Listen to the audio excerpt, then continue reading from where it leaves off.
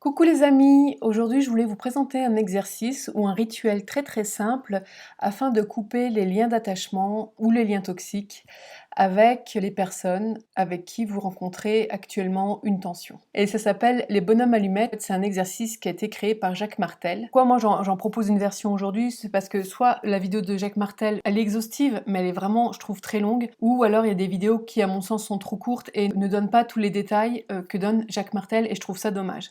Donc là, aujourd'hui, ce que je vais essayer de faire, c'est de vous montrer l'exercice, tout en restant concise, claire et exhaustive. Avant de commencer l'exercice, je voudrais surtout revenir sur cette notion d'attachement.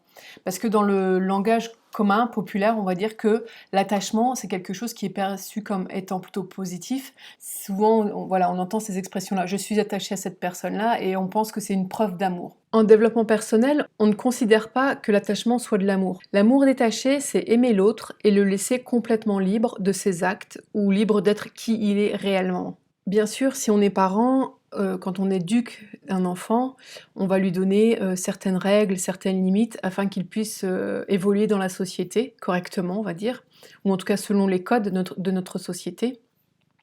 Donc d'une certaine façon, on ne le laisse pas libre à 100%.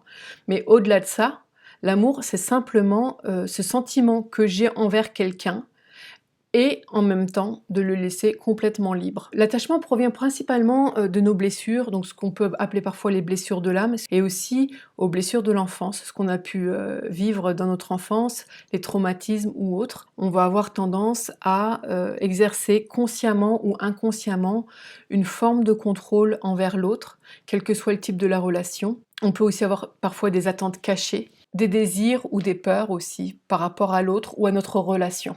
Et le fait de couper les liens d'attachement va apporter plus de liberté, d'amour et de sagesse, en premier lieu à moi-même, mais aussi à l'autre, parce que je vais déjà d'une part cesser de nourrir soit ses désirs, ses peurs, ses attentes cachées, cette forme de contrôle que je peux avoir vis-à-vis de l'autre, et aussi parce qu'en coupant en fait les liens conscients ou inconscients d'attachement que j'ai vis-à-vis de lui, moi je vais travailler dans mon inconscient, et aujourd'hui les neurosciences prouvent que les personnes communiquent entre elles d'inconscient à inconscient. Donc mon inconscient va cesser d'envoyer un certain message à l'inconscient de l'autre personne. En plus là, on n'a même plus de notion de distance. Donc même si je coupe ces liens-là avec une personne de qui je n'ai plus de nouvelles depuis longtemps et qui peut-être a déménagé à l'autre bout de la France, à l'autre bout de la Terre, ça va quand même agir. Bon, c'est assez incroyable tout ça. Si cette partie ne vous parle pas, tant pis, laissez-la de côté. Mais je voulais quand même le préciser. Et maintenant, on passe à la pratique. Alors, la première étape, c'est je me dessine en petit bonhomme allumette.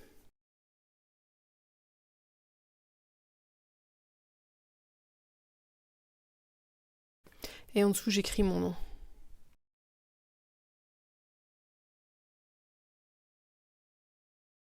Et là, je vais le faire avec mon père qui est décédé. Donc on peut faire aussi le rituel sans problème avec des personnes vivantes ou décédées. Donc la deuxième étape, c'est de dessiner l'autre personne et d'écrire aussi son nom. Oups. Voilà. La troisième étape, c'est de dessiner un cercle de lumière autour de soi en pensant je veux ce qu'il y a de mieux pour moi. Et moi, je me le répète plusieurs fois mentalement pendant que je fais mon petit cercle de lumière. Je veux ce qu'il y a de mieux pour moi, je veux ce qu'il y a de mieux pour moi, et ainsi de suite.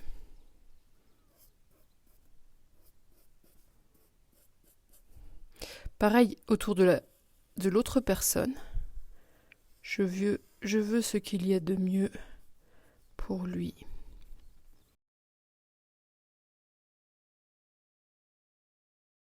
Ensuite, on fait un cercle de lumière qui entoure les deux personnes, en pensant je veux ce qu'il y a de mieux pour nous deux. Et en fait, on ne précise pas, on dit bien je veux ce qu'il y a de mieux parce que je ne sais pas ce qu'il y a de mieux pour moi. Je laisse à une instance supérieure à moi le soin de décider ce qui est de mieux pour moi, pour lui et pour nous deux. Et là maintenant, on va relier les liens d'attachement. On les relie aux 7 chakras. Donc je ne sais pas si vous connaissez les chakras. Donc le premier chakra, c'est ce qu'on appelle le chakra racine, qui est à l'intersection des jambes. Ensuite, il y a le chakra sacré, qui est un peu en dessous du nombril. Chakra solaire, qui est au niveau du plexus solaire. Chakra du cœur. Hop, bon, chakra de la gorge. J'ai fait des longs coups. Et du coup, on relie comme ça. Et en fait, on relie au niveau des 7 chakras, parce que chacun des chakras est relié à un niveau de conscience différent. Et comme je ne sais pas à quel niveau exactement se situent mes liens d'attachement avec la personne avec qui je fais l'exercice, je dessine les liens d'attachement sur les 7 chakras pour être sûr en fait de vraiment intervenir sur les principaux plans conscients et inconscients. Comme ça, je suis sûre de couper tous les liens, même s'il ne devait peut-être pas y en avoir partout. Et là, maintenant, il ne me reste plus qu'à découper ma feuille en 2, ici. Voici ma petite feuille. Là, maintenant, juste la dernière étape, je la fais avec vous ici, qui est de couper les liens d'attachement. Et là, en fait, pendant que je vais couper les lignes, ce que je vais me dire mentalement, c'est « je coupe les liens d'attachement, mais je ne coupe pas l'amour ».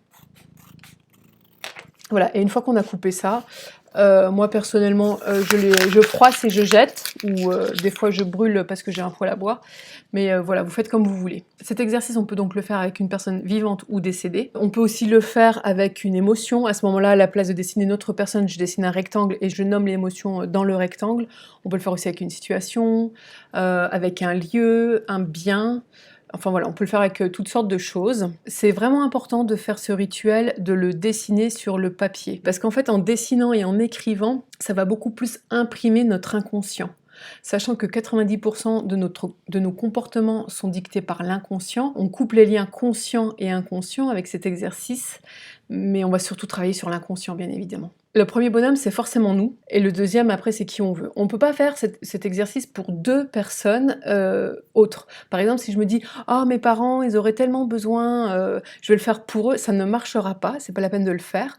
Si vous pensez que ça peut être bénéfique à une personne, alors faites-lui suivre cette vidéo, montrez-lui, et elle sera libre de faire l'exercice ou pas si elle en ressent le besoin. Et je crois que je vous ai tout dit à propos de cet exercice. Il ne vous reste plus qu'à le tester, et dites-moi en commentaire ce que vous avez mesuré comme effet après l'avoir fait. C'était Nathalie Valentin, coach en amour de soi. J'accompagne les enfants non désirés à s'affirmer et prendre leur place pour s'épanouir dans leurs relations. Et si tu souhaites travailler avec moi, prends rendez-vous dans le lien en description. À bientôt, bye bye!